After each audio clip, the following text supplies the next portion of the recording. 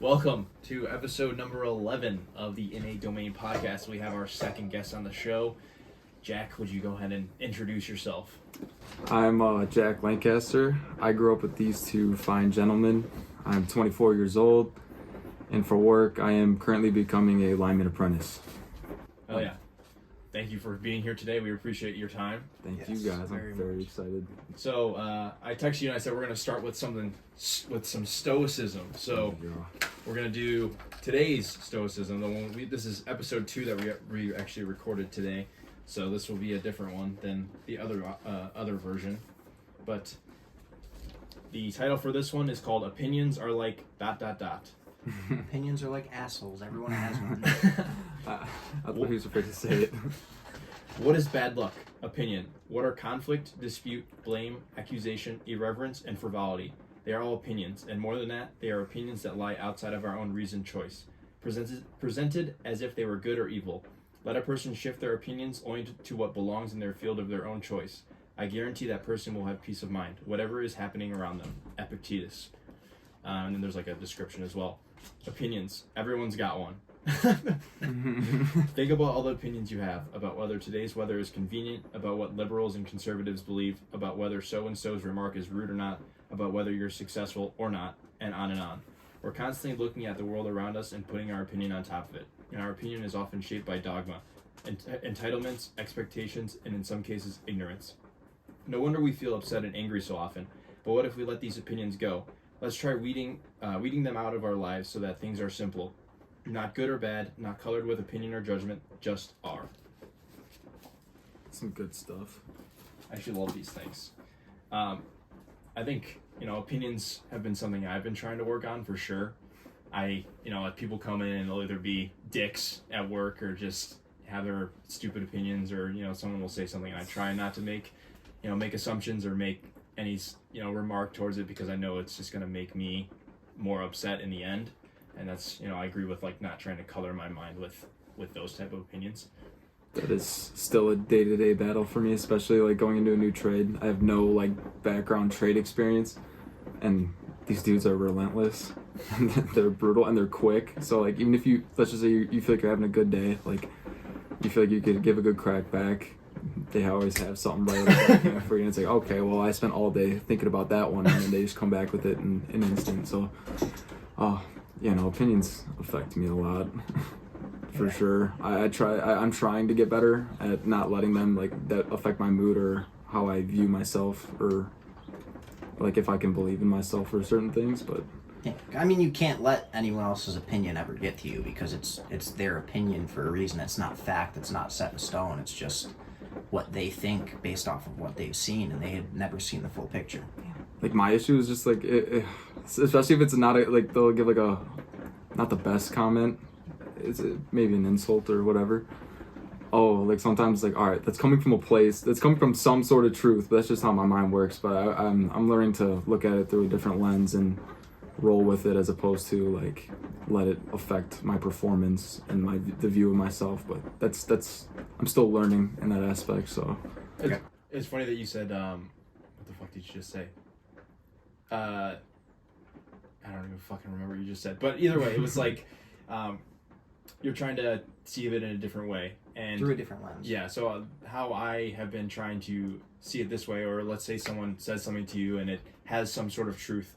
I heard this thing and it's okay, if you believe that there's some sort of truth in it, agree and one up. So let's say someone says, dude, you're a piece of shit. You should be well, if you really knew me, you would say much, much more, much, much worse. I have no fucking clue. Today I said the word negligible. And the day before I used the word textile because we're doing splicing with the robot. College words. So I'm saying he literally they're it was for being as dumb as you are, that's a pretty big word. And I'm listen, motherfucker, I also what did I say? I was I know some things, but not a lot of things. And I just said, no, fuck you, I know things. And they started laughing. It was just yeah, that'd be a good thought to be if you really knew who I was, you'd think I was a fucking idiot. No, but obviously you can. If you don't believe that, then don't say it. But you know what I'm saying. If you're your own biggest critic, though, no one else's words can ever get to you. That's how I feel I'm worse to myself. Exactly. And if you're your own biggest critic, whatever anyone else says is never going to be as worse as what you say to yourself, and it's not, you'll brush it off. Yeah, but I feel like I kind of beat down on myself a little too much in that aspect. Yeah, I mean, I definitely do the same thing. It's hard not to sometimes, but We're getting better though. yeah, you got to level. Especially this year. This year was kind of like the turning point. Started to use resources I've never used before to build myself up. This podcast being one of them. I've been reading a lot more. Like that first podcast, I immediately bought a book right afterwards. Not one of the books you guys recommended, but I did buy a No, book. yeah, I bought a book, so that's one step. What else? Therapy has been very great in that aspect. I'm still terrified of. Can't do it. I bit the bullet. I fought against it forever, and when even during times I seriously needed it, I never even bothered. So I could thug it out. I could do the shit myself. But See, that's this year was the turning point. It's like no, like now that I'm going into like a legit a career that involves very dangerous things. It's like I need to get a grip on up here. So this is the year. This is the year. Well, before we get into the serious questions, first question I have for you today is, what molded you into the psychopath that you are today? Wow. What molded me into this? Like, oh my god. Yo. Give us a... No, it'll come out eventually. I just gotta settle in a little bit more what molded me into the psychopath. I always like to say, like, being grounded as a child, I was confined to my driveway, so I'd find shit to do. And I have a very cool godfather who would buy me BB guns. So what would me being, I'm confined to my driveway and my property, I'd just hunt. and discover ways to, I really gotta be careful. Shoot at Stud's house. That, I would terrorize my neighbors. I would shoot squirrels and leave them in other people's yards. Like, oh, dude. And then I felt like I had a lot of time to think and just be weird, I guess. And then that just kind of carried on when they kind of unleashed me. I never really got grounded after like 5th grade. So then when I kind of started running rampant around the neighborhood, I never really held it loose. It's like getting released from prison. You don't, like, some people don't know how to reintegrate into society. That's kind of what happened to me. I just kind of got lost. It's gotten much crazier, but I'm getting better at containing it. You know? I'll let it fly here and there. Yeah. That's what the gym is for. Exactly. Yeah. Even though that place sometimes brings out the worst in me. So, do you think you use the gym as kind of like a place to not like let loose, but kind of clear your mind? Absolutely. Especially like recently, I don't know what it is. It's like I want to, every time I go in the gym, my goal is like, how is this? It's such a crazy, it's maybe not that crazy. I feel like a lot of men think about this. It's like preparing for battle. It sounds so corny. It sounds so fucking stupid and corny, I know, but like I pair like my training in the gym with like the training I do outside of the gym, like with martial arts and shit. I pair that together. I'm like, okay, how could I be just as deadly as possible? And when I go in there, I'm like, okay, like I bust ass here and bust ass there, like I can kill the average man very easily. Well, it's also just knowing that you can, if you're ever trapped in a room, you can either fight your way out, run your way out, somehow get out of there, no matter what. Even like today, I was just like, oh god, I space out and I'll like think about a scenario, and next you know, I feel my pulse is just boom, boom, boom, boom, which is dumb. So like, I mean, I go to the gym to, I guess I don't even clear my head. My head's full of things at the gym. It's like, okay, this is gonna help me do this, this, and that, but it's more fun. And then afterwards is actually when my head's the clearest, I'd say, you know.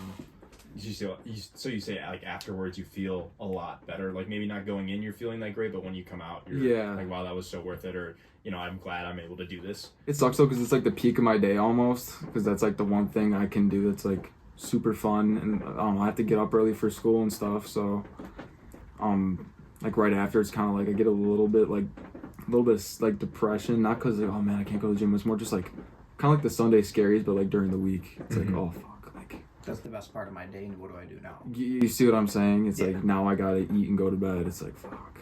It's just the high wears off a little. you did just kind of touch on a few other topics that I have, so I guess we'll go into those. So you've been training. You said you do training outside of the gym. You've been training boxing with Luke for a good amount of time now. What have you gained or learned from training boxing with Luke that isn't fighting related? Oof. Well, to start, I mean, I just started seeing Luke for the past 2 years, going on 3 years now, and I've trained at a couple other gyms before, so it's been in total. In total, it's been about like 5 years. Very inconsistent because I'm not training for a fight or anything. I had school and other stuff to take care of, but with Luke, it's a lot of one-on-one. And him and I have gotten to know each other super well. So even when we're not like going through a drill or going through like a sequence or like doing a workout, him and I talk about a lot of deep stuff. Honestly, like he's got a lot of knowledge, and he doesn't like no, he doesn't pull any punches. No pun intended. He really doesn't, and he'll just kind of tell you how it is. And he's taught me a lot about like how to like carry yourself. Like. He's a free thinker. If you listen to his music, which I advise everyone should, it's different from everything mainstream. Just like go about your life as raw as possible, and don't have any barrier to like hold you back. Don't try and play a part. Just be as raw and uncut as possible. Be your true, genuine self. Yeah, absolutely. Yeah, I feel like that's something I've been trying to do as well. I don't know. I feel like I've been trying to act as like some sort of persona for a long time. That's trying to fit in some dude. Sort of mold. Exactly. And it's like, why am I trying to do this when, the people around me like me for who I am? Like, why am I trying to fit into the mold to have people that aren't close to me or aren't my family, aren't my loved ones? Why am I trying to fit the mold to please other people rather than just the core people that I'm around like all the time? You see what I'm saying, dude? Like playing like a role, like you just said. I've caught myself doing that so many times, like acting like wanting to, like trying to think of an example. Like, I can't off the top of my head right now, but just acting like someone I look up to, like trying to like fit, like make them like almost like become them in a sense. But then I get around some other people and like I'm not acting the way I was when I was trying to fill that role. I've tried to like avert from all that and just like. Imitation is one of the biggest forms of flattery. And that's what you do when you want to impress someone. But then again, there's, I don't know, like we're all different. Like we all have different fingerprints and stuff, and we all have different thought processes, and we all like to handle things different ways. And so I feel like that's like the most important part is just to like stick to your own code. I mean, I have a moral compass. Obviously, I'm a Christian, so I try to follow that as well. But I'll add my own touches onto that, and I think that's the truest form of yourself. So, do you ever see yourself like fighting any sort of exhibitions or anything? I've gotten asked this a bunch of times. Right now, no, just because school and work, I gotta get through this progression. But if I find a little gap and my mind's right, that's the number one thing, dude. Honestly, it's all up here. It's like a lot of self-doubt. I'm getting vulnerable, but it is what it is.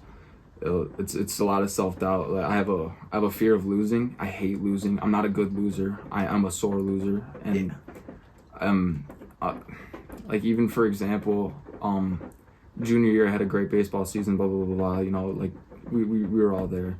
And then senior year, like I did not have a very good season, and I made my win, like I made like the good season all of me.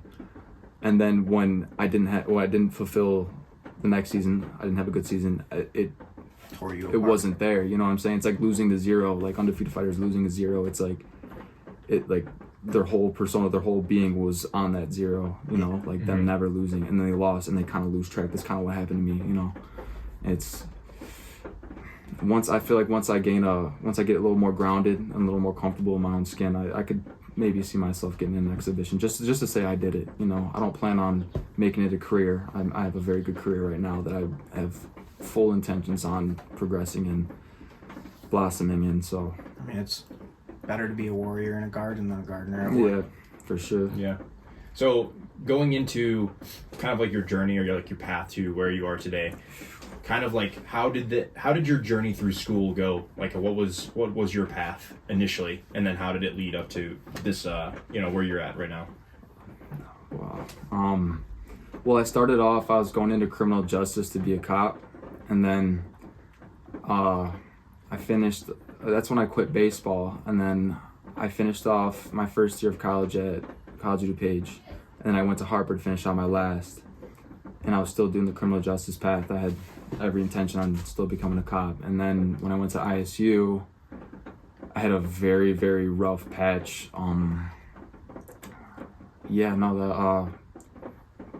It was a tough time.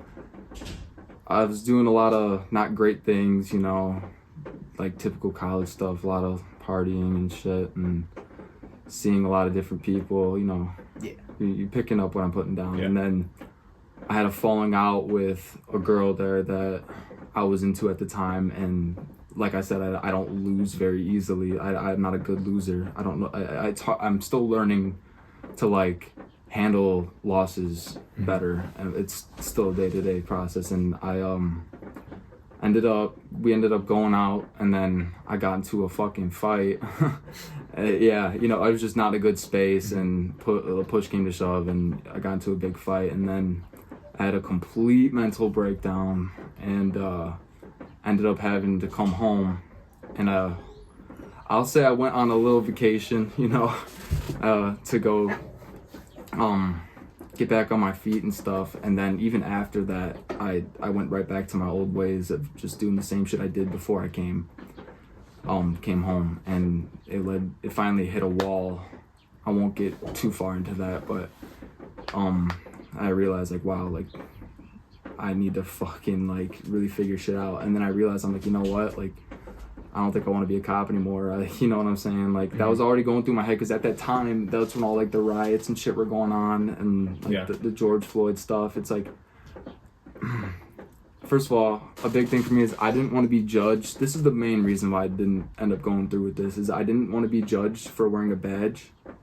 Like, I know why I wanted to put that badge on, because I wanted to serve the community. I wanted to like kind of like flip the script here. You know what I'm saying? To be a good cop. I wanted to be, you know, you see the ones that are like making changes in communities that are like getting saluted, and like people are actually, they're changing the script that's being fed to us fucking constantly. Yeah. You know, like they're actually serving their community. They're doing the right things. They have a good moral compass. You know, I wanted to do that. That was something that like that woke me up every day to go to class and get this shit done, because I wanted to do that so bad. But unfortunately, in this day and age, if you do wear a badge, you're automatically labeled as this, and that. Yeah. And I didn't want to be ostracized for something so stupid. I mean, of course, some people could say, well, fuck that, you should have did it and threw that badge on and did what you said you were going to do. And that does keep me up sometimes at night. But for right now, I'm very thankful, because when I switched paths, I went to trade school, got a certificate, and now I'm in a very good utility. So, I mean, thank Jesus that it panned out the way it did. So, how much time did you have left at ISU before you would have had everything you needed for your criminal justice degree?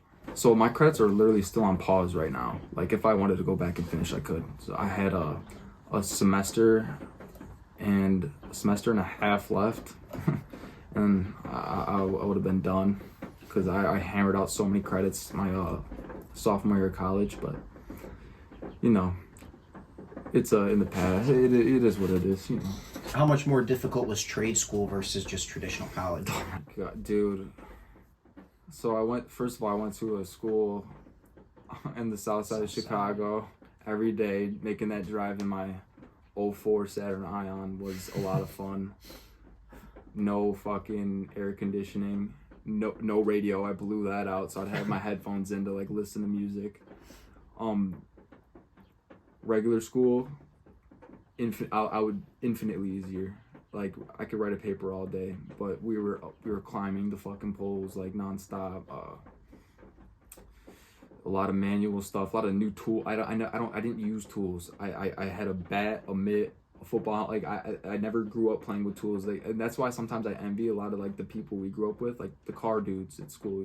Yeah. You know who I'm referring to. Yeah. Like, yeah, exactly. Yeah, but you see what I'm saying? Like they're very hands-on. They're familiar with that stuff, and I'm not at all. So I felt so dumb, and I still do every day. You know, I still have so much to learn. I don't know how to work so much of this shit. So it was just, the learning curve was absolutely insane. absolutely insane. But I'm very thankful that I have a father who's been in that trade for 33 years in July, give or take. I think it's 33. So he's been a very, very big help, but it's nuts.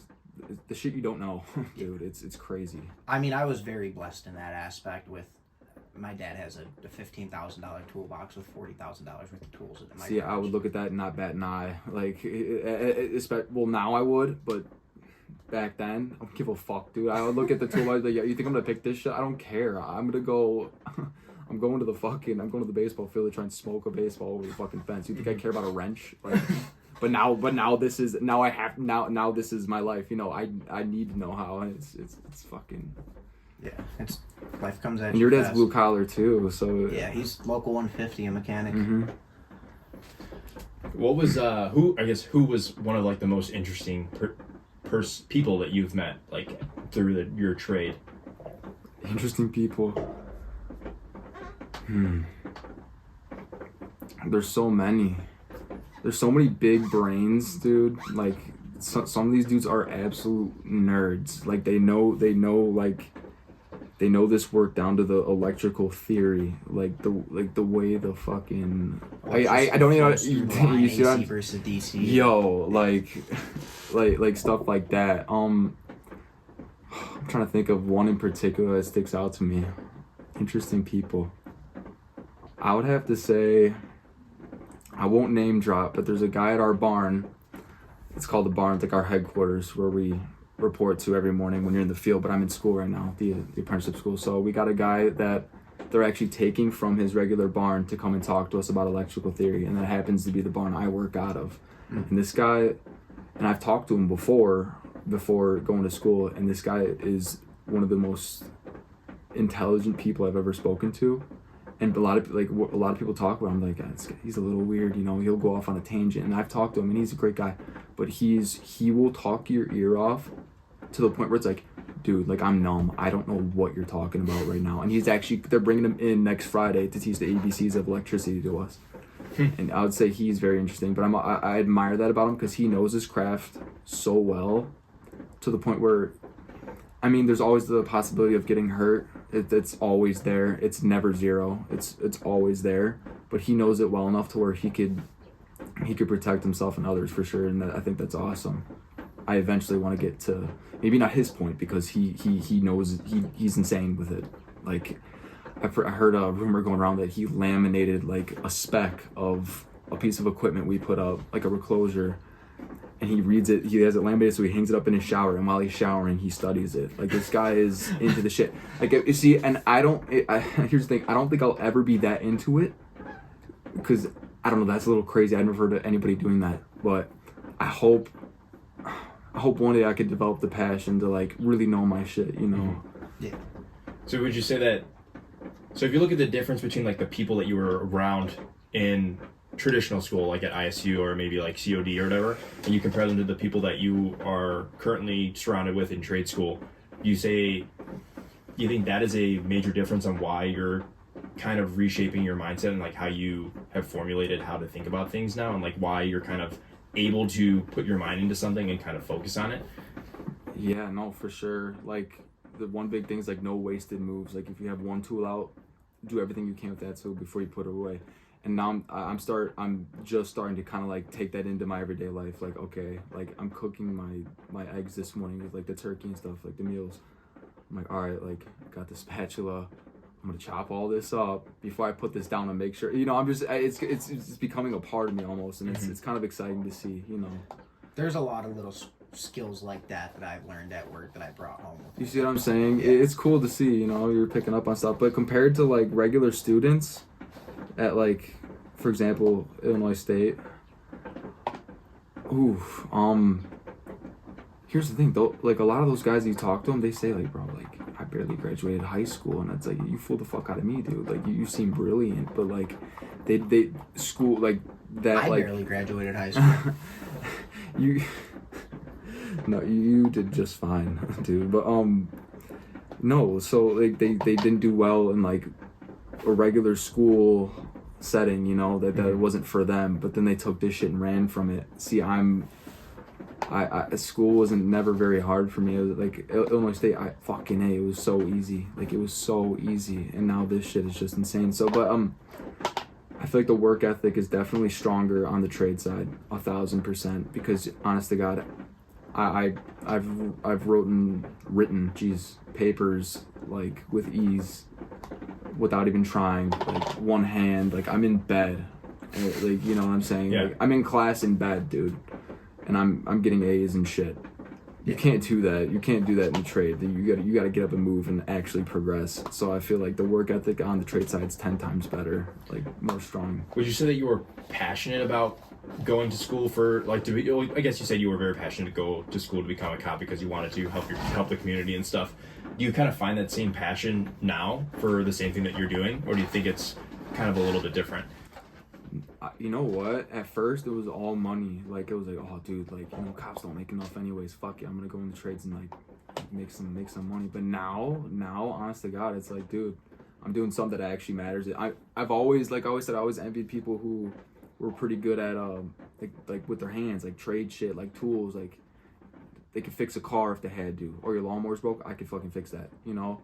And I'm eager to like become more handy and more useful in that sense. Like I could rig up some stuff at my house that I would have never been able to do if I had stuck like the regular school route. Yeah. So I am developing a passion. I think I'm getting, especially now since I'm like in the very beginner school, like we're getting ready to start working on like live electricity. It's exciting, you know. It's spooky a little bit, but it's exciting, you know. I'm doing some hands-on stuff, dude. Some stuff I've never done before. So I'm just like I'm trying to be the best sponge I could be, you know. It's hard to retain everything because it's so much shit, dude. I'm drinking from a fucking fire hose right now. Yeah. It's a headache, but no, it's awesome, dude. I'm just excited to kind of like keep expanding, like connecting wires and shit. It's cool, dude. I don't know, you know. So I'm starting to. Well, it's like the idea of passion. Like, you know, people come up to professionals at anything, they're like, wow, how did you find your passion for whatever it is? And realistically, it's to find a passion, you have to do something that you suck at for a long period of time until you get good at it, and then people will be like, oh, how did you find your passion? But it's like, you didn't have a passion at the start. You just kind of were just doing it to do it. And then eventually you got really good at it, and then you're like, wow, this is actually really fucking cool, and then you build a passion for it. And that's kind of like for me too when I'm going into data science and like trying to program and stuff, is I absolutely despise programming. I thought I was too unintelligent for it. I didn't think I was smart enough to do it.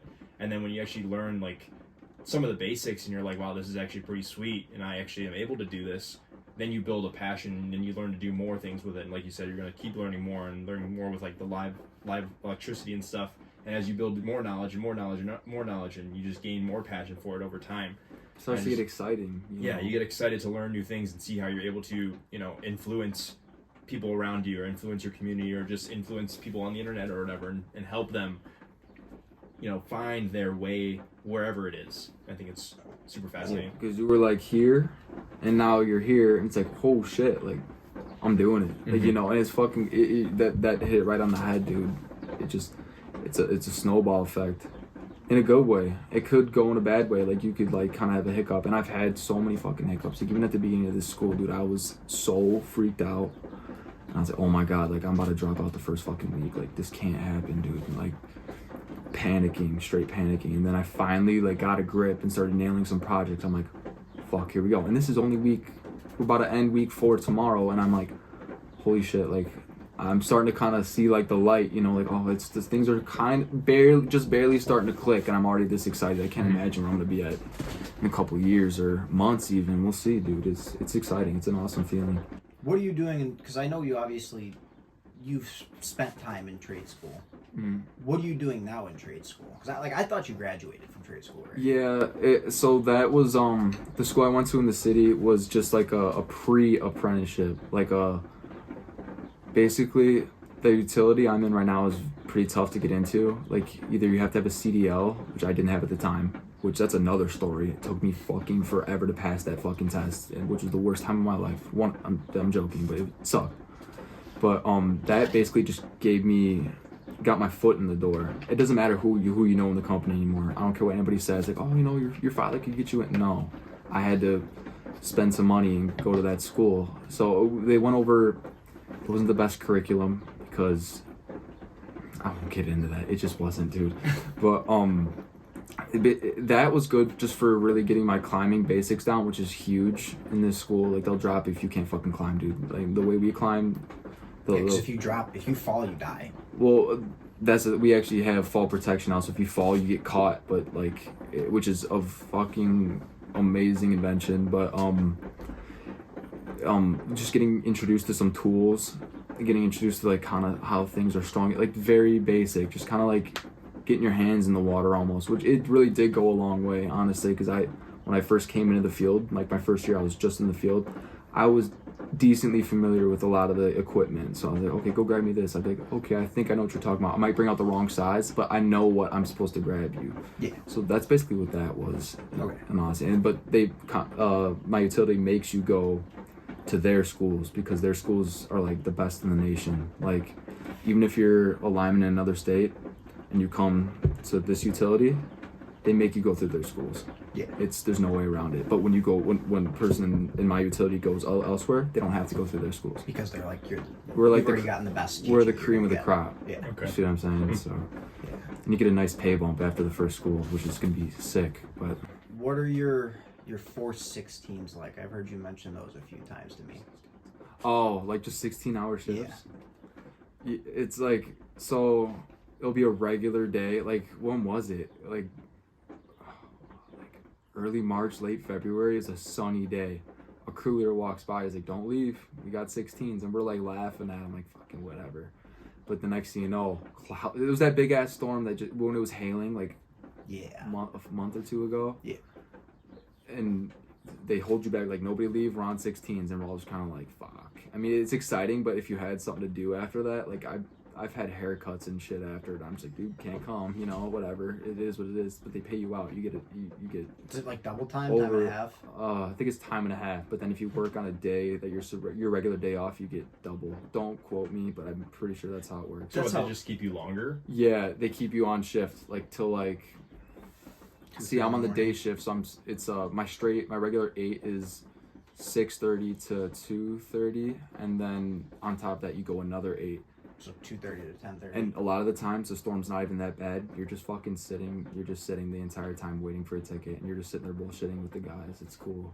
But sometimes it is cool. You do go out on a ticket in the middle of the storm, and you get to see like how that shit is. It's fucking cool. You have to hit like a quota. So like if you go and get if you have a ticket and you go and try and fix it. Well, I guess it really depends because like you have 8 hours. Like.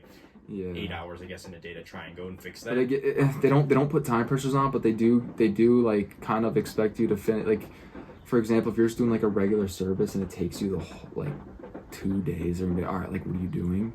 But there's no real time pressure. And you don't have to hit a quota. You just gotta like if you get a ticket, just try and knock it out. If you run into something, make a couple calls and just get it done. You just get it done. And if you can't, we'll figure something out. Yeah, it's cool. What is like something that you would call in someone for? Like you like, oh, I don't know. Here? Yeah, like let's say you just said you had to call someone to figure something out. Like what would something like that be? Like let's just say you guys are like having flickering lights. You would call the utility and they would see the ticket, blah blah blah. If it's like if you have an outage, you're gonna have people there that day.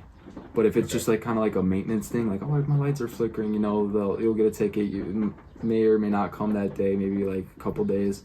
Then a crew will come out and it's probably like a bad neutral hookup. You know, they'll come and fix it, and then that's that. But if you have an outage, you're gonna see people that day. It has to get done. That's like a big thing. Like get the fucking lights on, basically. You know. And they're serious about that. Like, you'd think they'd be really nonchalant, but a lot of these dudes are like, no, the power's off. Don't worry about the garbage. We gotta fucking go, dude. I mean, if you think about that, yeah, the lights are off, but the fridge is also off and freezers are everything, off. Ventilators, yeah. like, medical equipment. Yeah, no, it's real shit, dude. It's real shit. I couldn't. Fuck, that was being out in a fucking like hailstorm trying to repair electricity. That sounds terrible. Hey. And that's the thing. If it's like an emergency, like our union, we're not allowed to work in the rain. But if it's fucking like stormy and it's an emergency, like you gotta do it. You have to. And I was just a I was basically a laborer. That was my position before this school. So I wasn't allowed to do anything, but I would like grab material, set shit up, put out cones, and I would just sit there and watch these dudes just fly around. But once I got out of this school, I could work on like household electricity, like not inside the house, but just like services that feed the houses and shit. It's good stuff. It's a lot, dude. I got so much to learn. What's the most dangerous scenario you think you have to work in? Have they told you about like what you're going to be doing that's the most dangerous? Like the summertime, like the primary wires, like you got the AC and stuff on. Like all the houses had the AC stuff on, so it's pulling so much load on that wire. So it's just like if you get wrapped up in it, it's just gonna vaporize you. Basically, it just depends on how much load's on the line you're working on. Like if you're working on like a factory, like there's a ton of load pumping on that line. I might sound so stupid because I literally still have so much to learn. So I'm just take what I say with like A grain of salt. I just kind of have a vague idea of it. Just load on the line, basically. It's all dangerous, really. It just all depends on how much the customer's sucking out of that line, Yeah. Primary work's pretty, like hot primary work is pretty dangerous. From my perspective, like you're up there, you have to have glove sleeves and shit, and you're one false move, you're getting a blast in your face, and it's hot as fuck, Even like because your house is fed off of 120 and 240, and even just like the 120, which isn't shit compared to some of the stuff out there. I've seen a 120 blast, and it's fucking big, dude. And these dudes today were telling us, oh, just wait till you see a 480. I'm like, I saw a 120, and I thought that was pretty fucking big. Like there's so much shit, dude. It's nuts. It's intimidating, but they always say if you once you learn how to handle it and you just learn just how to do things as safely and efficiently as possible, the job's easy. I'm not like, this shit is not easy, dude. It just all comes with repetition. Yeah. But that's the scary thing, because there's not like simulators, right? You have to work on live electricity to be able to understand how it works. And that's the thing about this school. It's like they have it set up and you can work on live shit, but it's the perfect scenario. The wires are all straight. Do this and that. You go out into the field, it's a fucking bird's nest. You're like, yo, what am I doing? Like, what am I hooking this shit up to? It's all caged together. Gotta test, do all that. So either way, you're gonna fucking run into some shit. Mm-hmm. There's no way around it. So what would be something that you're excited to do like once you finish this session of school? Like once you get out into the field, like this is like, oh, this shit's kind of fun. Like I'm actually excited to be able to fix this or work on that that project. Honestly, my first like goal was just really small. Just do a regular service. Just my first like job. Just do my first service. But with my luck, I'm gonna get out of school and jump right into a fucking storm and see madness. But just to do my first service and think, oh, this is my first one of thousands I'm gonna do in this career. I'd say that. Is there, like, how in the police academy they fucking tase you to show you what it's like? Is there any part of schooling that's like that for linemen that are like, all right, this is what you're fucking working with, you're gonna shock yourself right now? No, dude, that shit would kill you. I would say anything like that. If this isn't even. Oh, here's one: climbing out on an alley arm. If you've never done that before, it's fucking scary. I don't care what anybody says. I've done it a couple of times now. You never get used to it. What's an alley? Is that the hydraulic machine that picks you up in the arm? No, that's just a boom. But like, the arm, not the cross arms that look like this. Yeah. This is like, here's the pole. It's just out like this, and it's got like a brace coming down. And you gotta walk across it. You gotta climb all the way up, transfer with the brace, hammer in a screwdriver, take off your first you wrap your secondary harness around the arm, take off your fall protection, climb out on the fucking thing, and you're just scooching along. And if you fall, you got this little rope just holding you. And you're up like 45 feet in there. Like at school, we had to put one up, and you had to climb out on it and put on the insulators, and it smashes your nuts. it smashes your nuts, dude. And you're just like, I cannot fucking wait to get down from here. And it's shaking. You're just like, and you can't drop shit, dude. If you drop shit, you fucking have to like climb all the way down, transfer, go get it, climb. It's just, it's fucking, your hands are shaking because you're just trying not to drop shit. And you're high as fuck in the air, and they're all laughing at you down there and shit. That's a trip. Climbing the 65-foot pole is a trip too. It's just, it gets so thin at the top. And you're just looking around like, holy fuck, like if I didn't have any, if I fell right now, I'm dead, you know, like it's nuts. Stuff like that. 65 feet up, that's, I mean, it doesn't sound like... There's higher poles. There's higher poles, but I don't think we climb those. Hope not. I fucking hope not. So, That'd be fucking terrifying. You know, like, for example, like we both do like cold plunges and stuff, right? You do like shit that you would do that make other things easier. Seems like a lot of the shit that you're doing at work makes a lot of normal people's problems every single day a lot less in depth or just harder than you think. So like doing all the super in depth hard shit that you have to do with being a lineman, has that kind of reframed your mindset of like, oh, I have to fucking get up and, you know, I have to, I don't know, make breakfast or something. Yo, like, you're like, absolutely. This is fucking this is a piece of cake. Like I don't have to do anything related to work. It's so much easier now because I've went through all this, you know, hardship and stuff and learning. You think that has definitely transferred over to just like normal tasks or like easier things? Like even like right before I came here, ice cold shower. I was like, oh, this feels amazing. I didn't even like have the initial shock. That's one. As soon as you said that, I'm like, I literally took them before I came here. But yeah, no. Even just looking back at like my old job, like at Casper, best job I've ever had. The job was so fucking fun. But even that, like even some of those days at Casper, I'd wake up and be like, yo. And now I'm looking at myself like, how dare you, bro? Like you didn't have to you didn't have to lift a fucking finger, bro. Mm-hmm. You don't have a clue. So no, even just like, helping build like a new canopy in our backyard and stuff. It's like, oh, this shit's fucking cake, dude. It's compared to this shit I gotta do at work, this is easy. Yeah, you're like, I'm not gonna touch this. It's gonna blow up. It's just gonna might fall over. Yeah, you know what I'm saying? Yeah. That and like last summer when I was like, hey. He's like, you don't mind spreading all the mulch in our yard? I'm like, honestly, no. Bro, like, that sounds like ass, and it's not easy. The shit's, like, heavy, you know, it's really not that hard, but, like, just knock that out. I'm like, yo, that was, like, fucking nothing. Like, it makes, like, kind of shitty stuff that stuff that I thought was shitty before seems so, like, mundane and easy. Mm-hmm. Like, so for sure. That just reminded me, this is semi on topic, but kind of off topic. Have either of you ever used a hand tiller? It's literally like the one that we have. Yeah, a push hoe,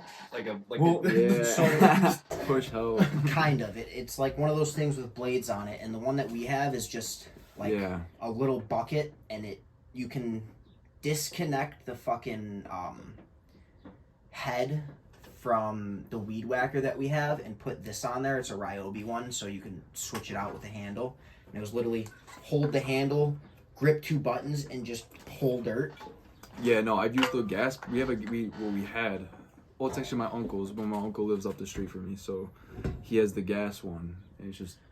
I had to till out with the electric one, fucking like... That's ass. A bunch of my backyard last week, and it was fucking terrible. But I'm thinking about that and what you just said, and I just applied to fucking be a project engineer at a construction company. So if I get that, I'm thinking back and I'm like, okay, well, maybe these things won't be so hard now. No, you see what I'm saying? No, yeah, it's good will. To hear that because it will. It's all like, this really isn't hard. Like, I guess why don't we look at it? I wish I could look at like everything like that, like. But it just comes with doing things. They come with experience, you know. Like eventually, this will be easy, you know. Yeah. I gotta tell myself that like every day now. Like eventually, this will be nothing, and there's gonna be more. There's gonna be much bigger fish to fry. Like this is secondary work. Just wait till I get up there. You're just. It's like one of my favorite quotes. It's, you don't become confident by shouting affirmations in the mirror. You become confident by building an undeniable stack of proof that you are who you say you are. So as you go on and doing these hard things, you realize that a lot of these easy things are really nothing, and that's because you've built that confidence in yourself by doing things over and over and over again to allow yourself to have that kind of, you know, be on that pedestal, to be like, I am able to do this. And even if I don't want to do it, I'm still going to do it. You see, affirming the affirmations. Yeah, no, because I just watched a video the other day. Andrew Tate. Actually, no, it was his brother. I take that back. It was his brother. He said, like, he's like, the fucking most stupid thing, I'm paraphrasing, the most stupid fucking thing I've ever heard is people say, like, oh, your day will come one day. One day, yeah, just saying that. One day or day one. Just no, not even that. It's just like, just by saying, oh, you're like, your day will come, your time will come, without actually fucking doing anything is ridiculous. I think affirmations are great, but if you're not doing anything to like push yourself toward them and making them like bring them to fruition, it is ridiculous. It's just babble. It's a delusion. See, I will not say anything out loud if I don't already have a plan to put steps into action to make it happen. Or you say it and then you make a plan. Yeah, one of the two. I feel like I do that a lot. Like, I'm gonna do this. And I'm like, wait, how the fuck am I gonna do I mean, there was so many times in the past that like me and you would have conversations, and then like 6 months later, I'd get something done, and you'd be like, "Holy fuck! You said you were gonna do that, and you just went crazy." Yeah. And half the time, it was like we'd have like a conversation like that, and I'd be like, I just said that. That's a good idea. Good job, Tommy." And then I'd really fucking light the fire under my ass and try to get it done. You know what's interesting is that I forgot what I was listening to, but it was some scientific podcast about cognitive ability, and it was saying that if you actually say that you're going to do something, you are less likely to actually go do it. So if you tell someone, I'm gonna go fucking start fighting and get excited about going and fighting, your brain is actually thinking that you've actually gone and done that thing already, so it makes you less likely to actually go and do that thing because you're telling people that you're going to do that thing. Yeah. So it's kind of like the idea of like, if you have something that you are really passionate about and you want to go do it, it's probably a better idea to go do it without telling anybody, because if you say something out loud, your brain is acting as if that's actually an action towards that goal. See, like I already have to have steps in motion before I'll tell someone I'm going to do something, and that's exactly why. Mm-hmm. That's a real thing, that even from just something as simple as like, no, I'm getting up tomorrow. I'm going to the gym. I've known how many times I've said that, and I woke up, I'm like, no, fuck that. It's not happening. Mm-hmm. Yeah. But then it's like the days I set the alarm, and it's like, all right, we'll see if I go. And then the alarm goes off, it's like, I guess I gotta I'll go. You know what I'm saying? Yeah. Like, it's weird. That's weird. I never thought of that, but it's now that you've said that, I've had to like think back. It's true. Mm-hmm. Yeah. I mean, psychology is a crazy concept in its own, and how easily your brain is manipulated and tricked without you knowing it. And there's a lot of different little things like that you don't realize are happening that do happen. Yeah, my brain's a bully. I mean, do you remember when I used to, like, we'd be in the car together and you'd be like, I have to piss, and I'd be like, no, you don't. Tell yourself you don't have to. Yo, and I wouldn't listen. It's like, Yeah. yo, I really gotta piss right now, dude. I don't know what it is, bro. It's the caffeine, bro. Because even in the morning, our instructor was like, dude, how many times are you gonna get up? Like, what are you doing? And I'm like, dude, I literally can't hold it. I mean, you drink fucking, what, 6 gallons of water a day? Gallon and a 6. half, something like that. But no, dude. I try to. I feel like I also feel like the more I try those, like I try to like become aware of like my psychology. Like, you never heard of like left brain thinking? That's a part of the book I bought after watching the first podcast. It says like ignore your left brain, because your left brain's always kind of like, oh man, like you're gonna fail, like you're not gonna be able to do this. Like, you kind of just like brush it off, like no, like fuck you. Like, it literally says to like tell your left, like treat your left brain like an annoying like little like gnat. Yeah, it's like you have two different people in your brain, and you have to fight off the one that's telling you to not go do whatever. Not even you're fight Devil it. and Just be like, angel yo, on your like shut shoulder. up. Like literally, like disregard it in the most disrespectful way possible. Like shut the fuck up. Like, nobody's listening to you. Like, That's- literally like that. And but then at the same time, sometimes I overthink this, like the whole psychology tricks that you like a lot of like books tell you to do. Mm-hmm. And like the law of attraction, I've never really bought into that. 48 Laws of Power. Yeah. Yeah, you see, like, so I mean, it's behind good it. stuff, but I guess it all boils down to like the no action part. Because I used to when I first read like The Secret in like 2019, I used to think, I'm just gonna think about the stuff I want and it's gonna come to me. without actually doing anything. That's the one thing that book doesn't really like fully touch upon. But one book that I do suggest you guys read that was brought to me through watching Michael Chandler's podcast. He's a great fighter. He's about to fight McGregor. He what's it called? As a Man Thinketh. It does say like if you're not doing anything to like, if you're not, for lack of like, I can't really paraphrase that well, but if you don't put in the work towards like those thoughts, forget it. But the secret didn't do that. Like when I read that book, it literally said like think about it and it'll come to you. It's just not how it works. Dude. More than that. You got thinking about it has to be thinking about a plan to bring it to fruition, and then doing it. You got to do something. You like, I'm gonna get big and just sit there. No. You pick up a 5-pound weight. You're doing something. You're already a step in the right direction. Yeah. It's just everything comes with action. So what you said kind of reminded me of like how you said you were doing therapy and meditate. Do you do any meditation at all? Not meditation, but I do breathing techniques. I like to use prayer as not even as meditation. I just pray. Okay. To kind of like just vent it out. I write too. I write as well. I used to write my prayers out, but now I have my writing journal for just getting bad thoughts, good thoughts, thankful thoughts out, and then I got my time with God. I try to keep that separate now, and it's benefited a lot. But I do breathing techniques just to kind of, like if I feel myself panicking, just kind of slow things down, take myself out of the fight or flight, because that's what I realized. My wick for fight or flight is like this, immediate. Do you do like I want to say the Marines do it, the box breathing? It's like 3 seconds in, hold 3 seconds, out for 3 seconds, out, hold for 3 seconds. Oh, I don't do that part. I'd be gassed.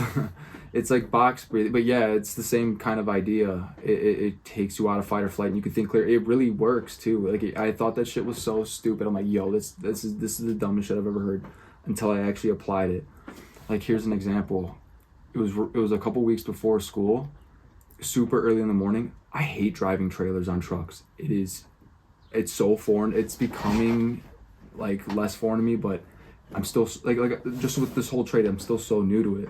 Yeah. I'm pulling into it's a cul-de-sac, a super small cul-de-sac with a median for like trees and shit, and like cable boxes.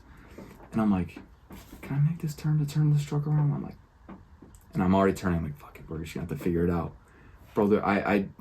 There's cars parked along the curve. There's mailboxes. I start turning, and I'm like, oh my God, I'm like literally stuck. Like I can't get out of here without help. And nothing's more humiliating. I mean, it's not humiliating to ask for help because that's ridiculous. But I've had a rough go with the trucks there. Like, especially with my whole CDL thing, like barely, like having a hard time passing that test. The guys, they got jokes, dude. And I know they had some in the chamber had I went over there and asked. So I was like, fuck that. I got to figure something out. I was freaking out. I'm like, dude, I'm going to either hit this car, tear up this median grass, or hit this mailbox. I'm going to fucking hit something, dude. I'm not going to be able to make this turn. And then I literally sat there in the middle of this cul-de-sac at like 7 a.m. Contemplating. Just breathe. I'm like, I'm going to figure something out. Just slowed my breathing down. I got out of the car. This and that, inched up, got out again. I'm like, okay, gotta do this and that, boom, just like dotting the I's. Get back in, I made it out. Grass was perfectly fine, no cars were touched. I'm like, yo, like man, this shit kind of works. Like I should start like actually like applying it to my everyday life. I feel like it could go a long way. Still practicing it though, like sometimes I get super overwhelmed and I don't even think to do it. What was your biggest obstacle with getting your CDO? The fucking parallel park. You got to parallel park with the trailer. Have you guys ever backed the trailer? Yeah, with notes on them. Nope. Dude. It's fucking rough. It's the most humbling experience ever. Yeah. Like the first time I nailed everything, then the parallel park came. This is so dumb. You're only allowed 3 pull-ups, like to pull up to adjust. I used 2. I'm in the box, but at the school where we trained at before, when you're done, you're in the box, you pull up to the cones just to show you're done. But I already used all my pull-ups. I'm at the testing facility. I'm in the box. I'm like, no fucking way. I just got it first try. Done. I see the lady, like, I pull up to the cone. She's like, no, like, you used all your pull-ups. I'm like, but I'm done. She's like, no, I can't pass you anymore. You used all your pull-ups. I'm like, get the fuck out of here. The next time I go back, I pass everything, get to the parallel park. I'm a little bit on the line. Sorry, man, I can't pass you. And if you don't pass, if you fail 3 times, they clip you. You're Really? done. You're fucking done. Allegedly. I've heard, since I've gotten it, I've heard that that's just like a big, like, scare tactic to, like, just get this shit done so you can be in the field. And dude, I was like depressed for like weeks. Like, dude, I can't believe I'm about to get fucking fired. And then somehow, I don't know, it's God, dude. It's God, because I had, with the way, like, how anxious I get, there's no way I should have passed that, honestly, God.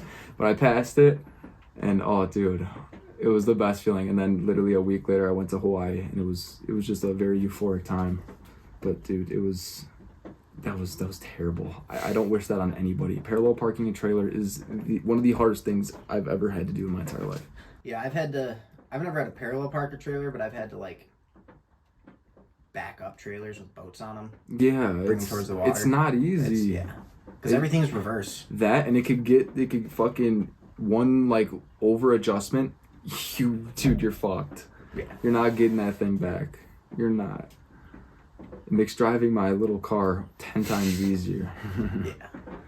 But yeah, no, that was a time for sure. That's crazy. I didn't know. I mean, I've never tried to park a trailer at all. I've never had to. We'll do it for fun one day. Fuck that. You'll probably be great at it. Like, he's just gonna be good at it. He's gonna get all smart and just do it. Like, you guys couldn't do that. Like, no. You gotta take a 30-degree angle to here, and then go to 45, and then cut straight, and right. He's gonna read a book and then do it perfectly. So what? So if you're in front here, you have to cut left so that the truck comes out this way, so the trailer comes this way, and then cut back and bring it in. That doesn't seem too hard. No, dude. No, he just grasps things and takes it and run. Jealous. I guess it's a concept I wanted to get your opinion on. Have you ever thought about, like, seasons of life? Have you ever heard of it at all? Or like chapters of life? I've heard, like, people say, like, this is like a new season for me, but other than that, no. So how I thought about this is actually, it was from a text that you actually sent me a few weeks ago. I think it was actually before you started school, so probably like over a month ago. Mm-hmm. It was in the process of me, like, when I was writing your program and stuff, and you wanted to have it for only 3 days so you didn't have to worry about spending so much time in the gym because you wanted to focus so much on school. And I thought to myself, like, wow, like, why have I never thought about this? I was trying to go to the gym 5 days a week, maybe even 6 days a week, taking 3 classes for school, and they're 2 coding classes and one's like a math class. So it was difficult. There were 3 difficult classes, and I'm like, why am I not accepting the fact that I'm not going to be able to go to the gym as much, just like you were, and have that season of life where I focus on getting school done, focusing on one thing at a time, and then once I get out of that season of life, I'm able to focus back on to exercise or fitness or whatever. So I just wanted to get your idea of, like, how you kind of see seasons of life, because I've kind of had my concept of it where maybe it's 6 months, maybe it's 2 years, but having a season of life where you focus really hard on one thing, and then after that you're able to focus on other things. Well, first and foremost, I want to say that first of all, that's a no-brainer. You could write your own program, and you should. I think you should definitely start getting people to, like, getting your name out there to have you write programs. Your first program changed my fucking life, dude. I'm serious. I've never put on muscle like that. I've never looked the way I look, just doing my own thing, and I thank you for that. And I think you should take that and sprint with it, because that's a gift, dude. And then you could write your own program. Like, yeah, why wouldn't you do that? You know, like, why wouldn't you make your life a little easier, yet still, like, effective, you know? Like, okay, just to, like, make it more concise, but not to the point where I'm going to see a drastic negative change, but to the point where, like, I'm still, like, getting this shit in, you know? That's awesome. I think you should really do that. You know, get in contact with him for some programs. Trust me. Thank you. But that question, how I view seasons of life. Like, what do you mean? So So, like, I would say that your season of life right now would be the season that you're going throughout your entire trade. So you went to trade school initially, right? And you're still doing it now. That's kind of like you're still continuing the season of life. So, like, once you get to a certain point, you're going to end that season of life, and then you're going to start, like, a new one. It's like a new chapter of, like, where you're focusing on something else. Like, right now, you're really focusing on becoming as best as a lineman as possible so you can get into the field and practice whatever you're trying to practice. And then eventually you start a new chapter. Like, obviously you're not exactly sure what that chapter of life is going to be, but like do you maybe like think like, okay, this is my chapter now, but once I finish this, I'm gonna focus on X, X, and X? Yeah, no, for sure. Like, for now, you hit it right on the head. It's just like getting good at this stuff, but not just throwing everything else to the wind. Like, I still try and get boxing sessions in. I got your new program that I was finally able to start yesterday, and it was a great start. I feel very sore. I miss that feeling. But like, as far as like the next chapter, I'm definitely going back to the 5-day program for sure, while also still doing boxing and stuff, and then increasing my knowledge while I'm in the field, because you learn way more in the field than you do in school. The demos tell us that at the school. They say you're going to learn 10 times more in the field, and it's way better. So I want to like definitely bump my progression up in the field. So like they'll be like those 8 hours I'm there, or 16, whatever happens. I want to, instead of like, there's some days as a laborer I went into autopilot. Like, I was like, I'm just gonna take today off, you know, like here's this, and not pay attention, just kind of like zone out and not give a fuck. That's not gonna happen, you know. I'm gonna make sure I'm taking steps toward getting better for the next school. So, but I'm excited for that. I'm very excited for the next one, because it's getting released from this school, since the hard school is like getting released from prison. So I'm gonna feel like I'm like, you know, new pay raise, and then I get to see like the old like workers at the barn that I love to see every day, and like see them. You know, it's gonna be a lot of fun. And then I'm back to my 5-day program. It's just like brighter, you know. They are paying you to be in, like, I know obviously your last trade school session you were paying for that, but now they're paying you apprenticeship pay, right? Yeah, thank God. Until you hit journeyman. Thank God. Oh, I'm getting labor pay right now, but after the school, then I get my basic raise, like my first like legit raise. And then you start climbing the ladder. Yeah, and then I'm in the field for 9 months, and then I go to my single phase school. Is it union? Oh yeah. Oh yeah. Okay, that's what I thought. Oh yeah, but no, dude, seasons. I never looked at it like that. That's a really good way to look at it. Yeah, because you kind of like everyone kind of bashes themselves like, oh, I'm not able to get in the gym this many times, or I'm kind of lacking in this aspect, like maybe my relationship kind of sucks right now because I'm focusing on this, or maybe I'm not getting my diet in or whatever.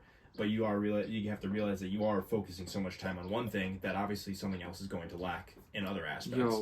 So it's definitely a good reframe to realize that it's okay that for a certain period of time you're going to lack in certain things, and then you're able to focus on other things eventually. It's worth the payoff is huge. It's worth the sacrifice. But even like, just for example, yesterday, like at the gym for the 3-day, like my first day that you rode me, I see you on the T-bar row. It's like my favorite. I'm just like,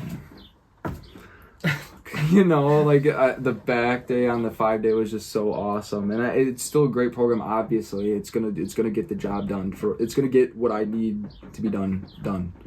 But just like, yeah, just like the new adjustment. It's like, fuck, you know. In the back, and then the first 4 weeks of not going to the gym at all, bro. Oh my God, it was the worst. It was the worst. But then in the back of my head, it's like, well, like, is this well worth it? And I absolutely, like, I wouldn't change a thing. Like, this is what needs to be done. You'll have money to build a fucking gym in your house. Eventually. I'm staying at home until I top out, dude. I don't care. I get along with my parents. I'm staying home. They said I could stay. When do you top out? 10 years? Oh God, no. 5 years? Like 3. Oh. Which is awesome. That's not typical for every Yeah, usually it's like 5 to 10, anywhere in that range. 5, yeah. But this one's pretty quick, and it's I'm thankful for that. So what does top out mean? Okay, so highest pay you can get in that profession. Yeah, after I get out of this school, I'm a 500 volter. 9 months in the field, go to single phase school, finish single phaser, which is I could work on like one of the primary lines at a time, and then I go to 3-phase school, which is it. That's when you're a lineman. You finish 3-phase school, you're a lineman. You can do it all, and that's topping out. Okay. Yeah. So what would you say, like, your 10-year plan would be? Where do you think you want to be in 10 years? 10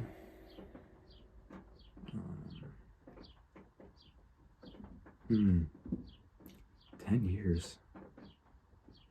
2034. I wanna, dude, honest to God, like one of the number one like things that like drives me to like get up and work every day is to fucking travel. I don't care where I'm living, as if I have a roof over my head and I have good food to eat, I don't care. As long as I've hit a couple of these destinations. If I hit like, if I could say I went to like an African safari, like Thailand, like stuff like that, by then, that's great. Just to say I've hit a couple like big places on the map that I want to hit. You know, stuff like that. That's really it. 10 years, I will definitely have a house by then, hopefully. But as far as 10 years, that's the normal thing that goes off in my head. It's like, okay, I want to be in good shape, obviously, but I want to say I've been here, and here. Mm-hmm. Yeah. Like Africa and Japan are like. Japan for sure. I want to go to Japan so bad. Those are like those get me excited, Mm-hmm. you know. Yeah. So if I could say I hit those two places and then some, fuck. So when are we all going to Jamaica? Dude, and dude, we can do that, and we'll get treated like gold at the resort we go to. That's one of my favorite. I got the Jamaican flag on my car, Jamaican boxing gloves in my window. Yeah. I love Jamaica. Love America too, but Jamaica's definitely like, I'd say a second home. I've been there so many fucking times, which is that's another thing, dude. It's like I've seen what this profession, like living with being my father's son, I've seen what he's been able to do for like my family, like me, my sisters, and my mom, and I've lived the life. I've seen what he's been able to do for us, and I would love to be able to do that for my future family. Like I know that their sacrifices. Like he wasn't at every baseball game. He had to miss a couple parties because he had to work. But guess what? Like we were able to go to Jamaica 2 times a year, you know? So like there's sacrifices in everything, but I've seen that it's so worth it. And if I could do that for somebody else, that's awesome, you know? Yeah. It's worth it. It's worth missing out on a couple parties and stuff to me, you know? Mm-hmm. It always kind of paid itself back, almost. Yeah, the good outweighs the bad. 100%. You see what I'm saying? Yeah, and you win more than you lose. That's what they all say, so. Yeah, because I mean, yeah, you missed a party for work, but you were working a 16 and you made fucking 2.5 days worth of pay in that day. Stuff like that, you know. It works out.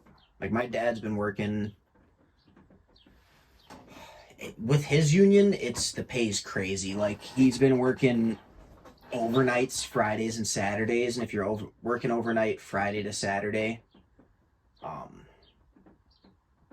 you get time and a half. Overnight Saturday into Sunday, you get double time as long as the clock strikes. Like as long as some of your shift is in the day of Sunday, you automatically get paid time and a half or double time for the entire shift. If say he works overnight Friday to Saturday, he gets home from work at 2:00 and they call him back at 6, say, hey, we need you back early. He technically never clocked out then, and he gets paid for all that too. And I see that and I'm like, fuck, you're having $3,000 weekends. You see, they pay you out, but you're gonna fucking work for it. Sometimes you don't. Sometimes you really do look out. Like a couple of the storms like that I know my dad's like sat through. You don't. Sometimes they get real lucky and they don't have to lift a finger and they make paper. But sometimes you gotta work for it. You win more than you lose. It is what it is. It's good stuff. But yeah, no, I think a big thing for me is as long as I have enough to like travel and do the things I want to do and have the necessities, I'm good, dude. I don't. A lot of people will say that there's that like that millionaire mindset, like I need more and more and more. I don't think that's in my DNA. I don't think that's in my being at all. As long as I have enough to do the things I really love to do and want to do, I'm good, dude. Dollar amounts don't really mean anything to me. Yeah, it's just really knowing when enough is enough, for sure. I mean, dude, look at today's world, bro. Like you need to add another bill. Like you really need that. Mm-hmm. No, like yeah, no, like I do. Like for what? I don't know. It's easy for us to say when we're all middle class, so you know. Yeah. I don't know. I hope I never know. Yeah. It is hard when you get to that point of like consumerism where you feel like you need to constantly have more and more and more to be able to keep up with that kind of like persona that we were talking about earlier, to portray that you're doing well for someone that you don't give a shit about. You see, that's another battle, bro. It's honestly like one of the main things that fucked up my mental health is just fighting my ego. Yeah. Like the ego it's so dangerous. I mean, you need to have one, else you'll go insane. Like that's a actual thing. But like, if you're trying to play a role that like you can't fully fulfill, and you're making that entirely like your entire being, it's gonna destroy you. Like seriously, it's scary, and it's hard, dude. Like fuck, I would love to be like who.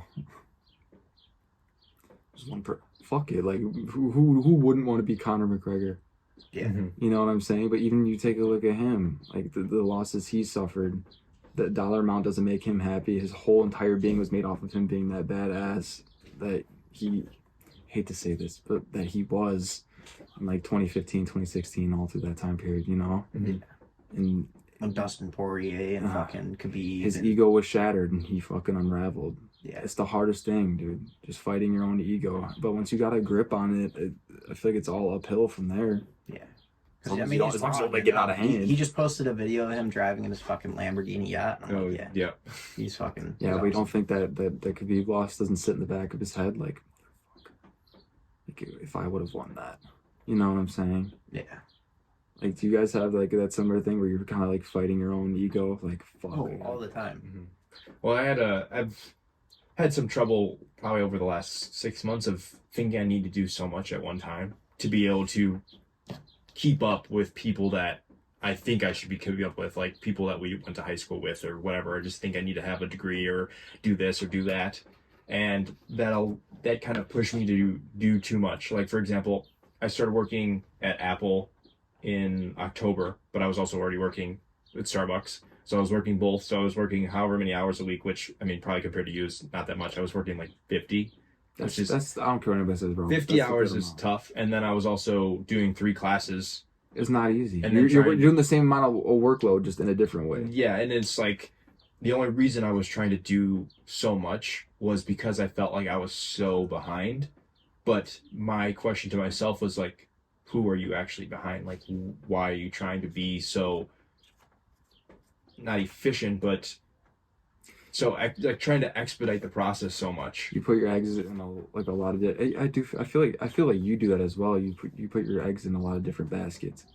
You're just ambitious, but I feel like it's good to be ambitious, but not for that reason.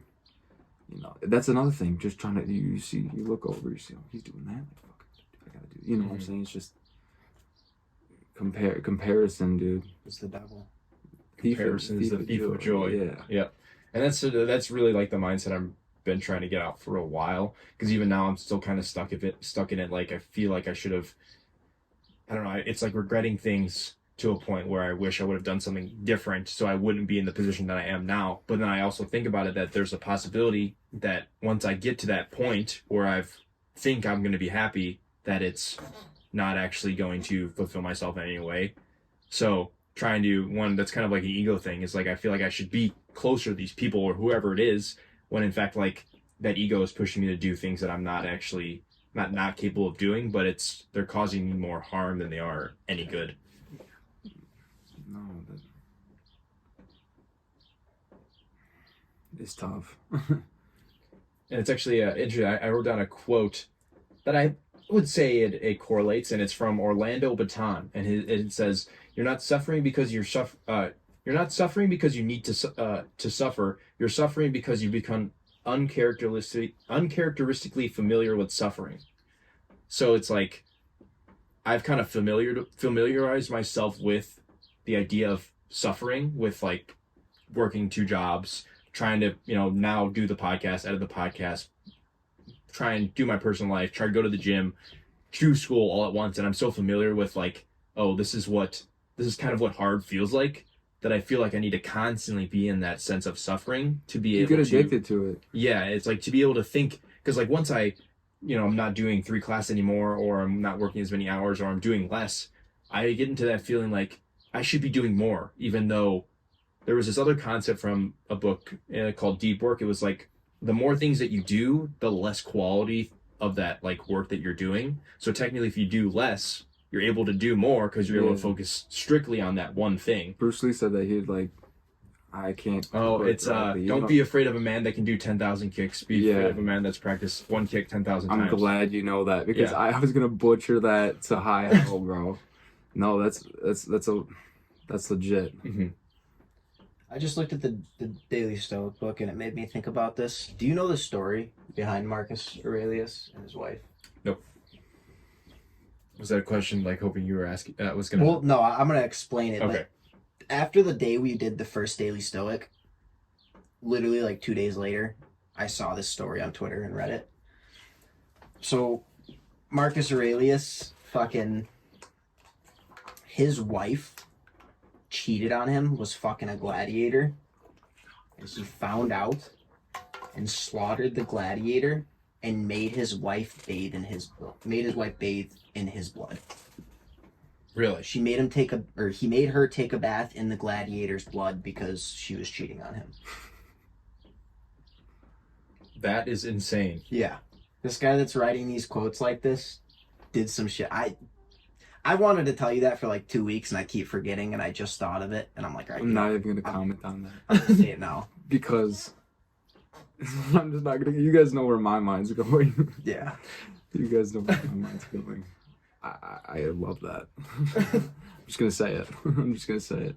That's actually insane. And I've never really thought about looking into like the backgrounds of. I guess it says it's Seneca, Epictetus, and Marcus Aurelius. I've never really You're gonna find some raw shit, like raw.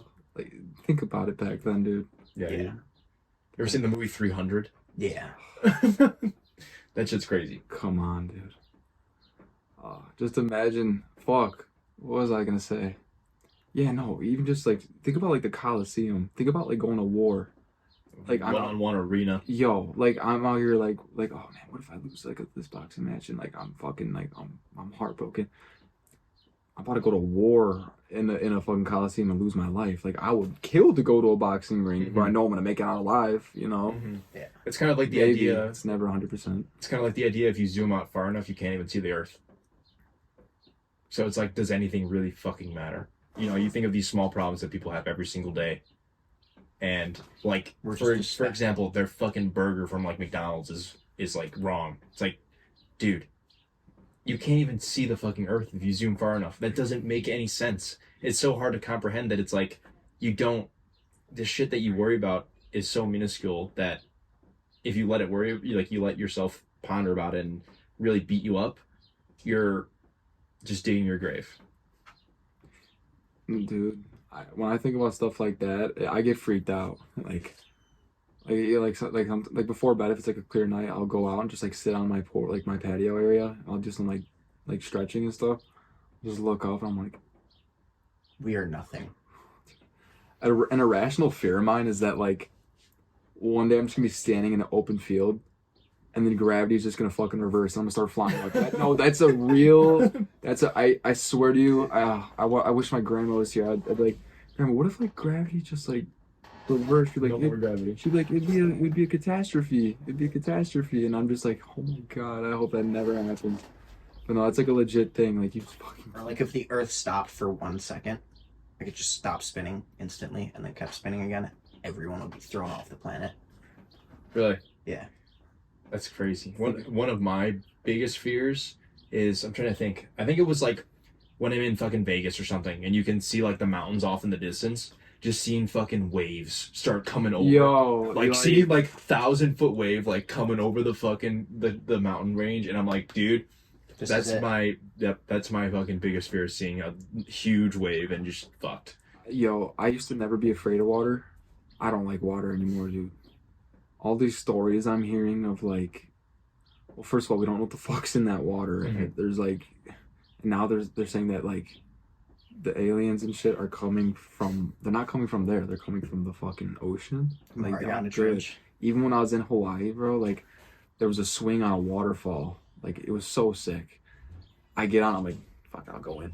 Swinging, I look down, I can't see if I can't see the bottom, dude, I'm not doing it. Like, I'm not letting go. So I'm just swinging, smashing my back off this fucking cliff. Like, not letting go. And I eventually, like, pulled myself up and got back on the rocks. I'm like, I would not go in that water, bro. Like, It's funny because my one of our coworkers, Charlie, he told me about this story about sharks.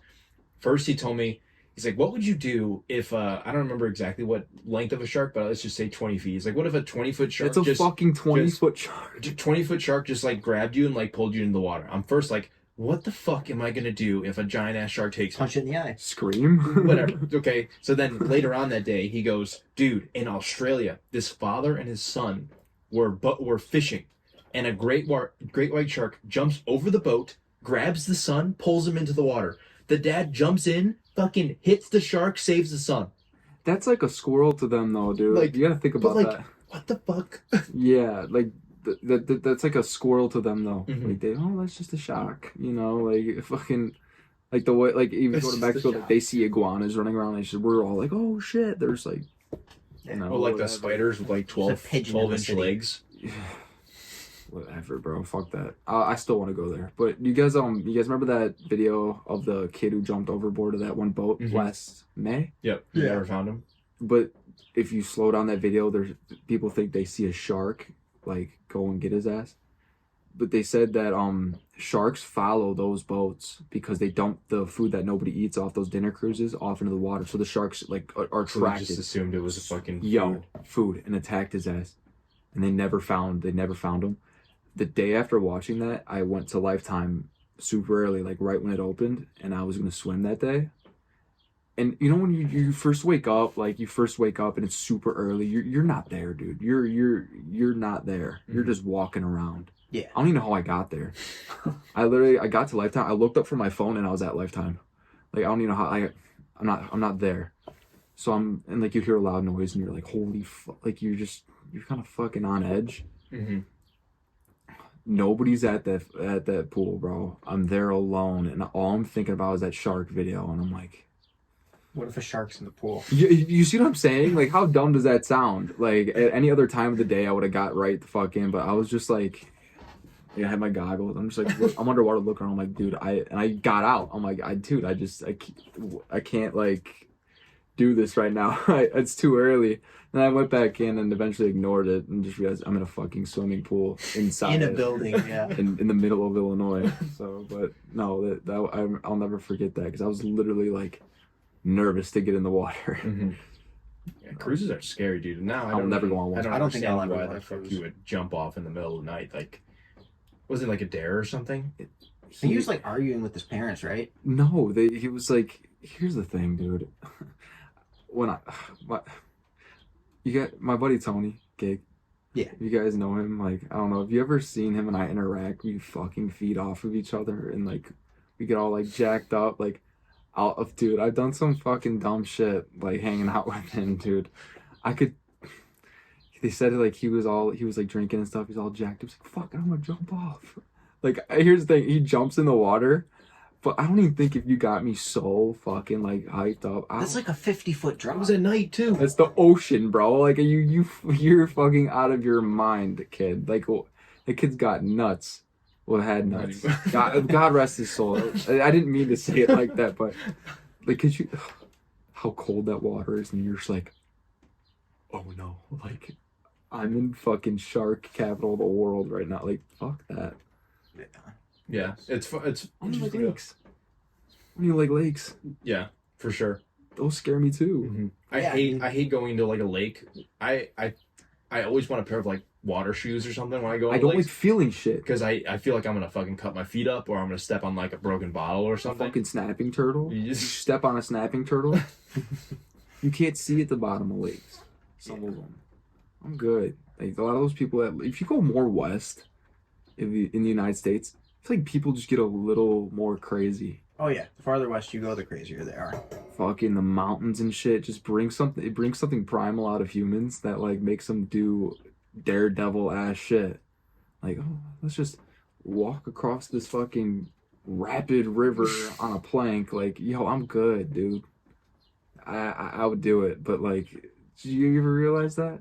Yeah. It's funny that you say something like to that extent, because how I'm thinking of it is like I've been, we do like cold, like I said, cold plunges and stuff, and I feel like I'm excited to go into like jump into Lake Michigan because I know it's not going to be as cold because I'm used to getting into cold water. Yeah. And that's like the craziest shit I think I'll ever do. I don't think I'm gonna do anything that much crazy. Salute, bro. That is crazy. No, dude. It's good stuff. I want to do more though. Mm-hmm. Like, number one thing in Japan, just fucking go to Fuji.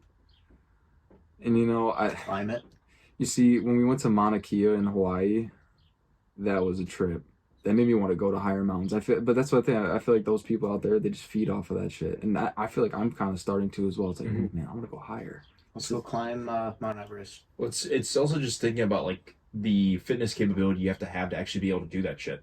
Like for example, you go to, I think it's Colorado or Utah, I don't remember. I saw this video about it, and to get to like this super beautiful like lake with like mountains surround it, you have to hike for like 3 miles. And you think about it, how if you're unfit, you're not able to see more, super beautiful things because you're just not capable of getting there. So that's how I kind of think about fitness as well. It's like I'm able to do this, and this, and that allows me to go be able to hike one day that 3 miles to go see that super crazy mountain range in Utah, or just to be able to do or swim or do whatever.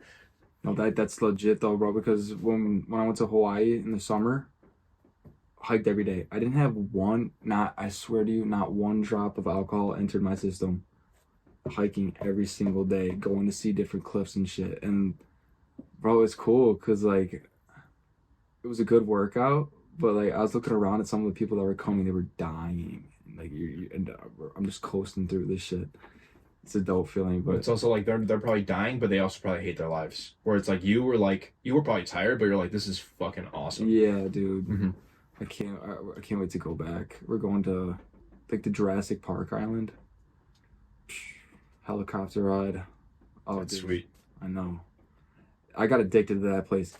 In 10 years, I'm gonna say, dude, I would love to live out there. I don't care. I don't care how expensive. I mean, I say that now, but I don't care what I have to live in. If I could live in that environment, oh, dude.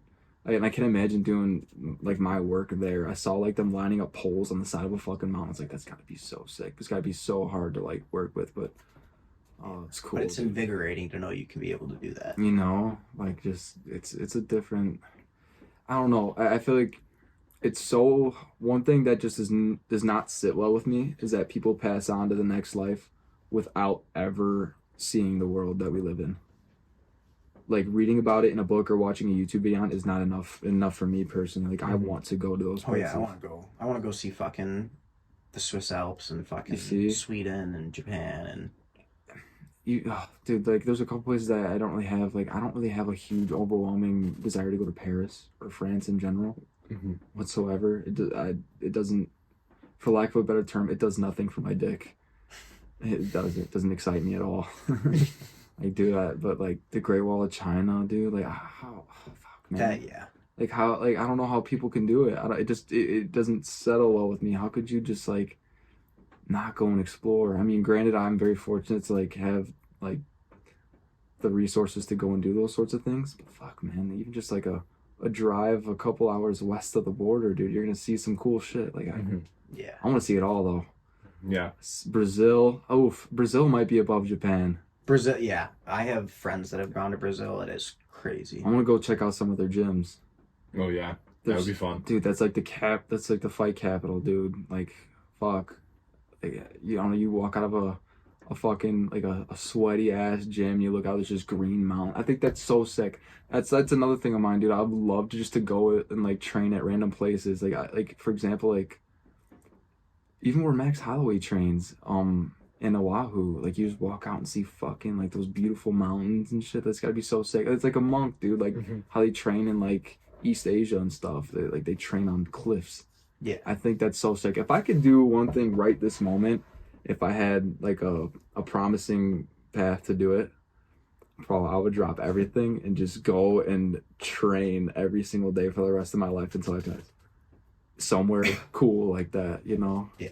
And when you always see those cool ass pictures, like they're just staring off on a cliff and they're just fucking like either sword. Yeah, I think that's so fucking cool. Yeah. I think that's so fucking cool. That's like my aesthetic. Mm-hmm. I'd say I think that's the sickest shit ever. Yeah. Or even just working out at like in like a cool place like that. Even at the gym in Jamaica, you see the mountains like after you walk out of the gym, like the little gym they got at the resort we go to. It's like fuck, this is awesome. Mm-hmm. I'm sure you get used to it, but Still. I don't know. It hits a little different Mm-hmm. as opposed to walking out and seeing the Woodfield Mall. That's how I Water felt in tower. LA in December. Yeah, you know, and I like it here. I don't know, I especially in like the summer, like around now, like when it starts getting warm in the summer, I like the way my backyard looks. I got a lot of trees, a lot of fireflies. I appreciate where I'm at now, but just some of these other spots seem sick, dude. Yeah, it's just really getting out of that, like, because seasonal depression is a thing too. So Is see it, dude? It hits me heavy. See it start going into nicer weather. You're able to spend more time outside. Like that's one thing I really want to do so much more this summer is spend a fuck ton of time outside. I did that last summer and it was the best. Come hit my pool every weekend. I got a pool too. We cook out. Let's have a good summer, dude. Yeah. CDL got in the way of my last one. I was stressed out like the whole mid half, but whatever. We made it. Mm-hmm. But another thing I'd love to do, like in my yard. One thing, if you guys have seen the Karate Kid. Yeah. I love the design. I love like the East Asian design of houses, like you know the way know that look. Yeah. Yeah. And I love the way like Mr. Miyagi's yard looked. I told myself like I will make that happen. Like I need to have that in my yard. But then if you ever look at like Tiger Muay Thai in Thailand, how they have it's like an open gym, and it has like a sheet metal roof. Mm. I want to build like a home version of that? Yeah, just go like a rack, a bag, some free sweet. weights. You know what I'm saying? Just to have it in my yard. And then in the winter, you know, they got like those tents that like you strap them around and you like stake them in the ground, and you could put heaters on the inside, so I could go out there in the winter. Like fuck, dude. Yeah. That'd be so. There's so much cool shit I want to do. Yeah, I have a fucking Instagram like collection where you save posts to just of shit I want to do to my house once I get one. You see, home gym is definitely one of them because all the dudes that at work, because a lot of them don't work out, a lot of them don't do shit, a lot of them are in pretty bad shape, but they're very good at this job, which is awesome. But there's a few stragglers that are dogs, dude. Like there's one crew leader that I love to work with because he's very good, but he's also jacked. And he's got like 2 kids, and he's got a very good relationship with his wife, and it's like that's kind of like the ideal situation. the outline. Like that's kind of like what I'm trying to do, you know. Yeah. And he says, yeah, no, I built a home gym, so I just wake up, ride the bike, hit the weights, and come to work. You know, it's like fuck, that sounds perfect. Mm-hmm. And he works hard too, dude. This dude works his ass off. There's no lunch break. We work through lunch sometimes on his crew, and it's good stuff. He's a grinder, dude. He's a go getter, and that's the kind of what I want to do. Yeah. You know, make time. A lot of people say, oh, I used to look like that before I got this job. Then I ran out of time. I got all fat. It's like, but then I look at this dude and he's jacked up and he's been here just as long and he does half the work you guys do. It's like, I'm going to make that happen because the gym is going to forever be a part of me. Yeah. Yeah. I totally agree. It's not worth sacrificing. The little sacrifice I'm doing now, but I'm still going, you know, that's how it's going to be. That's more than probably 90% of the population. That's sad, dude. That's like the thing is, if you want to be more than average, you just have to be not in debt, not be divorced, and have more than $1,000 in your bank account. But not even that, but do you guys realize how fucked we are if we get invaded? Yeah. Like actually, like do you see what like the little kids are doing over in Russia? Like do you see like some of the shit that these kids are doing? Yeah. Or like they would come over here and have a field day, bro. Like if imagine that, like they throw us into a Hunger Games for like some sick fun, and they make the kids fight. Like bro, those kids are gonna tear through Our kids. I don't know how that doesn't fucking like set a fire under some people's asses. Some people just want to wake up and just be lazy. That's crazy, dude. There's people out here that are training to like be at the top of the food chain. Yeah. Well, I think it was a podcast. It was a Modern Wisdom podcast with Tim Kennedy. I don't know if you know who Tim Kennedy is. He's like I think he was an MMA guy, and he was also like a sergeant as well. But they were saying how our population is with, you know, just the U.S. population, how that trickles down to even the elitist of the elite for like the Navy SEALs and stuff. Because if you think about it, you take the big population, you shrink them down into like our Marines, Armed Forces, whatever, Army, Navy, then, you know, as time goes by and we get worse and worse and worse, you know, technically all those worse people are going to be just a little bit worse than their top people used to be. And if you think about this over more time and more time around time, the amount of like quality candidates we have for like the Navy SEALs and like the Army Rangers and stuff is going to be so low that it's like we're going to have people that aren't actually even qualified to actually be going to protect us or whatever. So there definitely needs to be some sort of change in the culture of the United States when it comes to fitness and health, because we are definitely going down a bad path for sure. Another thing on top of that is you look at these other places, bro, they have a central faith amongst the whole like country. Yeah. For the most part. You got like Russia's got a lot of like Orthodox Christians, and then they also got a lot of like Muslims and stuff like that. But like they have a central faith. I feel like in the United States, especially nowadays, there's no central faith. Like it's a melting pot. Well, not even that, bro. There's no faith. There's no moral compass guiding anybody. In a perfect world, like I pray that like all of us, we all find God, but even the people find Jesus, I should say. But even the people that I have like some Muslim buddies, and we talk about, it's like the best thing that you can do for me and that I can do for you is that I pray. George Janko said the same thing. If you guys watch George Janko, he said it perfectly. Oh, he said he's great. He said the best thing that I could do for you is I could pray that like God leads you down the right path, and then he said the best thing you can do for me is the same. But besides that, it's like these countries that have that central faith, they're just stronger. And here there's a huge divide here. It's so chaotic, dude. And I don't know, something's got to give for us to come together, or else it's going to get ugly. Yeah. It's going to get ugly regardless, but it's going to get uglier. You see, hope and pray, dude. That's why it's also good to just keep like even just like starting small like this, keeping like the good apples around, having good strong friends. You know what I'm saying? Who's in your fox? I don't know one of my friends that is weak or dumb. One might be weaker than the other, but that one that's weaker is smarter. Yeah. You know, we got to build on that. You know, I feel like people get too caught up in like the bullshit, bro. Like chasing the dopamine, dude. You gotta surround yourself with good people and then build on that. But no, faith's the big thing in my opinion. No moral compass. That's a dangerous person, dude. Yeah. It's bad for you. Like even like times in life where like I've like strayed away from my faith. It's like life has punched me down so bad, dude. Like people gotta realize we're nothing without it. You gotta believe in something. Yeah. Something. Something that guide you. You see what I'm saying? Yeah. Something. That's good stuff. It is good stuff.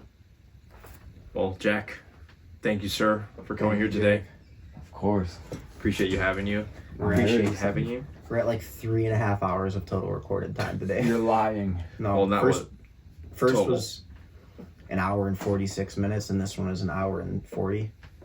I feel like I like blacked out that entire time. I was just talking. Yes. Yeah. See? I calmed down pretty quick. I felt like at first I was like, oh shit. But I don't know if you really care, but like, where do you want people to find you? If they were to come find you, like social media. My Instagram is jack.lancaster23. You will know it's me by my profile picture. you guys seen it? Yeah. The background story, real quick, the background story about that is we were taking a family photo at a cookout, and my uncle had a drone coming up, pointed down at all of us for the picture, and everyone's all smiling and happy. I just gave a death stare at the camera. Yeah, I thought it was so funny. It's like, fucking, I'm gonna make that my profile picture. That's where you can find me.